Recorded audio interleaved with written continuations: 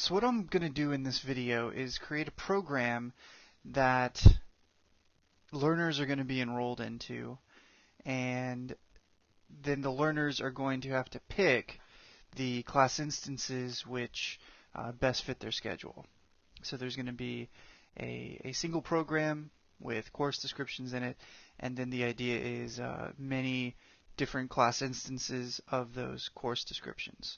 So to kind of start with, I've got my Moodle courses here in a category called New Category of Courses for a Program. So it's going to have 3 courses in it, this test program. So here are those 3 courses. You can imagine that they're just filled with wonderful content and things like that that my learners are going to be required to complete. So they're going to have to complete all 3 of these courses in order to earn the program. So the first step is to create the course descriptions that these Moodle courses are going to be tied to.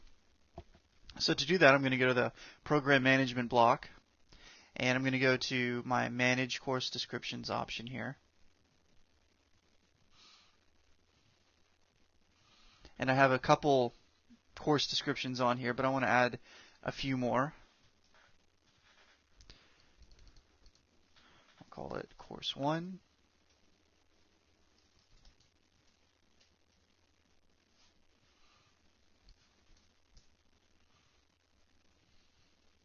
And the rest of these default settings I'll just leave as is. Actually, I'll change the credits to 1, and I'll put that in the wrong spot. ID number there.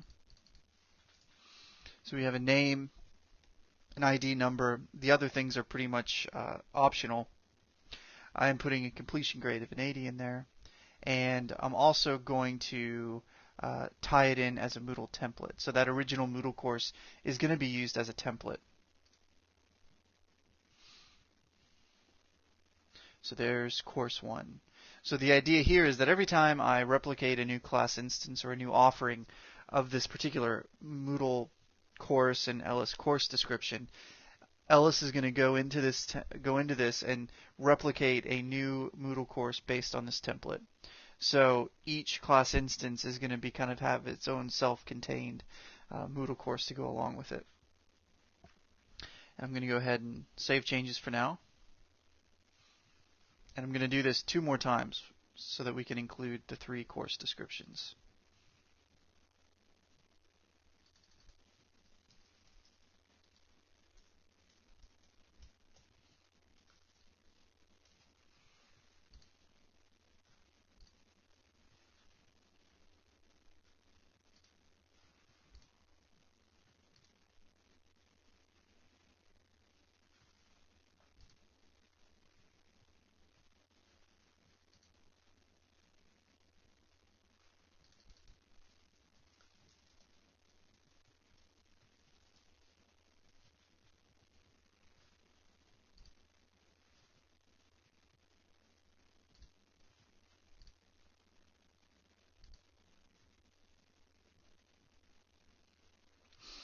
Alright, so we've got our 3 course descriptions created, and again, they're all linked back to a Moodle course that's going to be basically used as a template. So now that we've created the course descriptions, I'm going to go ahead and make a program.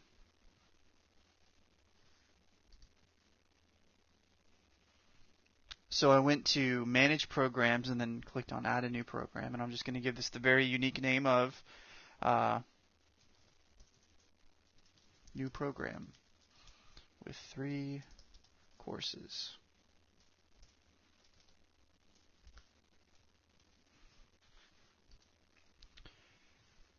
Let's see. And as far as required credits go, I can say that there's 3 required credits.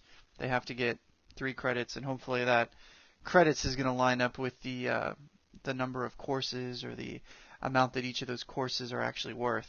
So that's something you would want to make sure that line up. And the rest of those settings I'll just leave as is. So we've created our program. Now the next step is we want to add those course descriptions into this program. So I'm going to, while looking at my new program, I'm going to click on the course descriptions option and go to Available to Assign.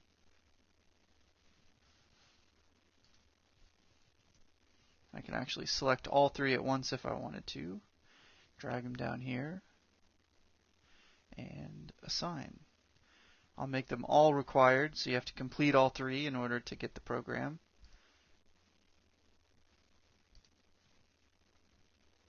There we go. So we've now got our three courses assigned to this program, and they are all required. So at this point, we've created the program, and we have defined the program as having these three course descriptions. Now what we need to do is, kind of start making those different offerings. To make those offerings, I'm going to click on my Class Instances tab, or the Class Instances option here in the Program Management, and I need to add in as many class instances as I would want. Now, depending on how your system is going to be set up, this could be a weekly thing, a monthly thing, or maybe even a daily thing. Whenever a new offering of your class instance is going to be offered, you would need to create a new class instance here.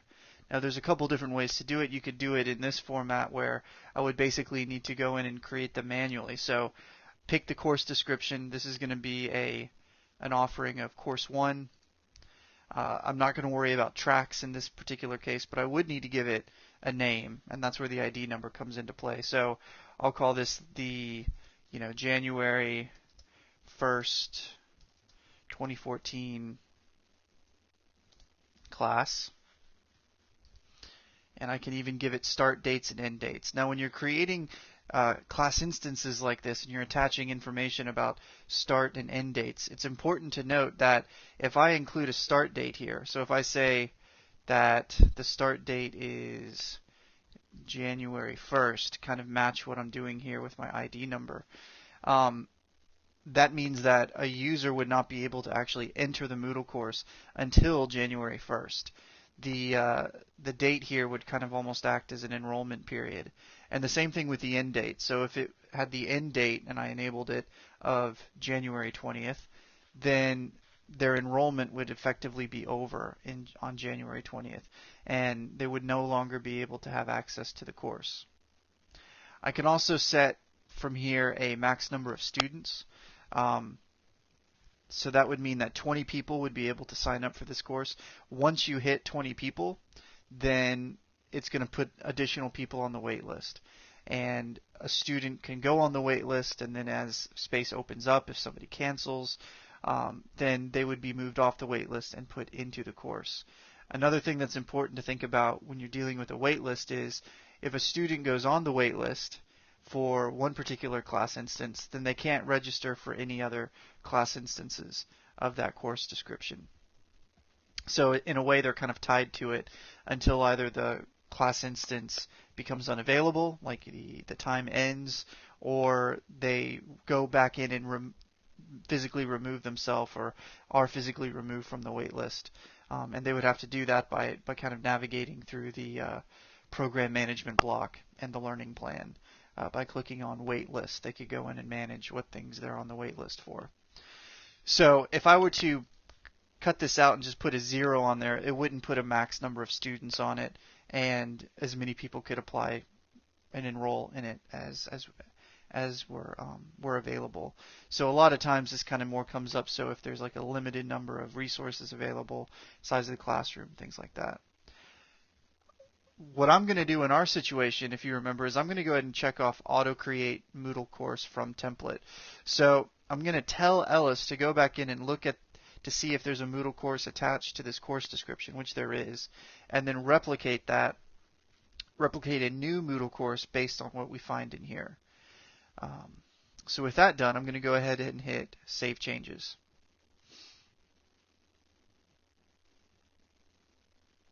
Now sometimes this process right here could take a little bit, because really what we're doing is we're actually replicating an entire Moodle course. And depending on how detailed that Moodle course is, how much content is in there, it could actually take a few minutes, because we are basically backing up and restoring an entire Moodle course. So it can take a moment.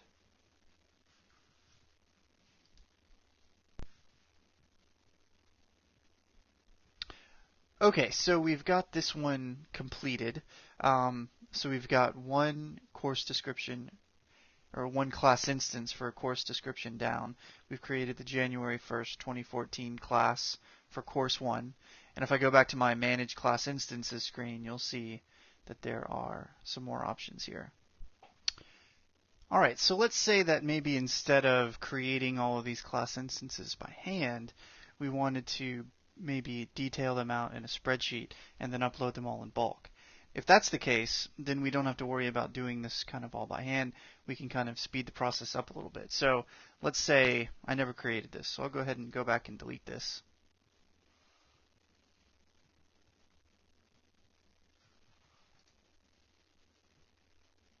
Now, one thing about deleting class instances, and the reason why I wanted to kind of bring this up, is I can delete the class instance here, and it will kind of disappear.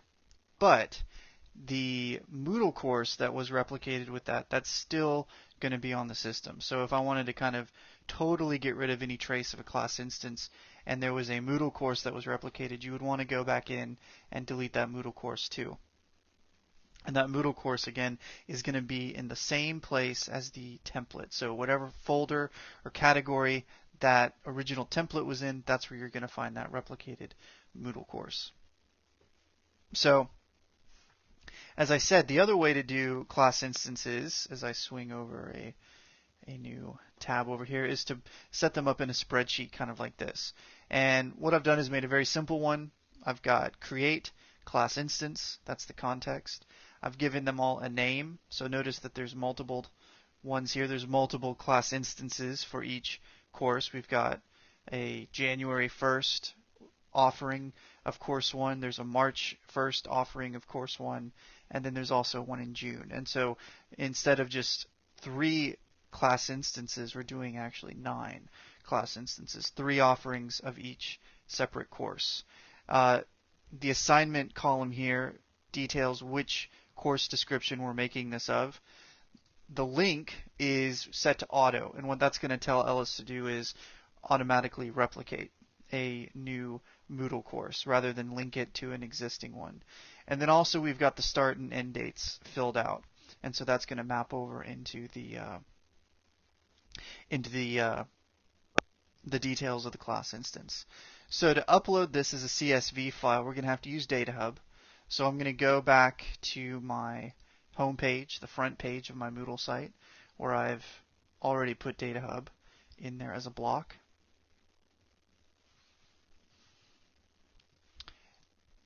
And it's important to remember that you need to export it or download it as a CSV file instead of just a normal Excel file. And I went to Manage Plugins on the block, and I'm going to go to version 1 Ellis import. And we can run this manually. We don't need to schedule it. It's a pretty small file. So I clicked on Go. And just like all kind of Ellis objects, programs, course descriptions, class instances, even user sets, those are all considered a course file. So I would take the file, and I've got it over here. I've already downloaded it as a CSV. I'm going to pop it in here. See, it says classinstance.csv, and I'm going to run. And it should create 9 class instances for us. Again, this also might take a minute because what we're doing here is we're actually replicating 9 Moodle courses. If I found, again, depending on the size of the Moodle course, that the kind of bulk upload here through a CSV file can actually take a little bit of time, and there's only so many that it can do before it conks out. If you're looking to create, many Moodle courses all at once, then that might be something that you would want to schedule probably for like overnight, so that it would kind of run over and over again until it was able to process all of the class instance creation that you want it to do. But we're just doing 3 right here, so it should only take a minute or 2. And the file's finished running, so we see now it says that it's processed 9 of 9 lines, so all 9 class instances should be there. And I'm going to go and just double check to make sure. So I'll click on my Manage Class Instances, and there you go. Now we see 9 class instances, all there, each ready to go. Now, if you remember, the idea here was that we were going to be creating a program, and then students were going to be added to the program, and then they would pick the class instance that meets their schedule, whether they want to pick the one that starts in January for course 1 or the one that starts in March, and things like that.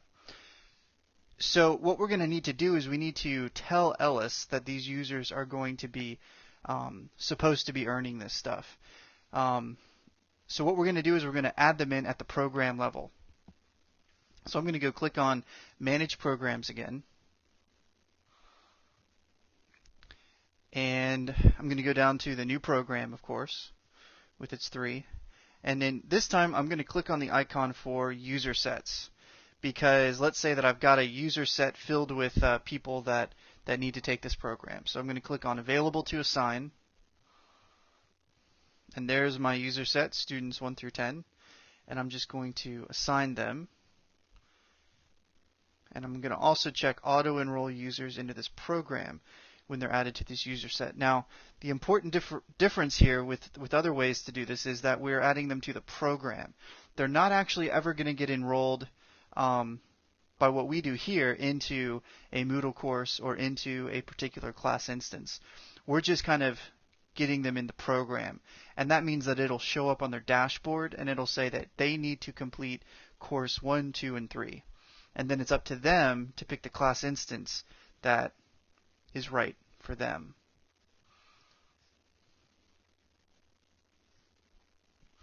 So there we go. We've done it. We've created a program, added in 3 course descriptions that go along with it.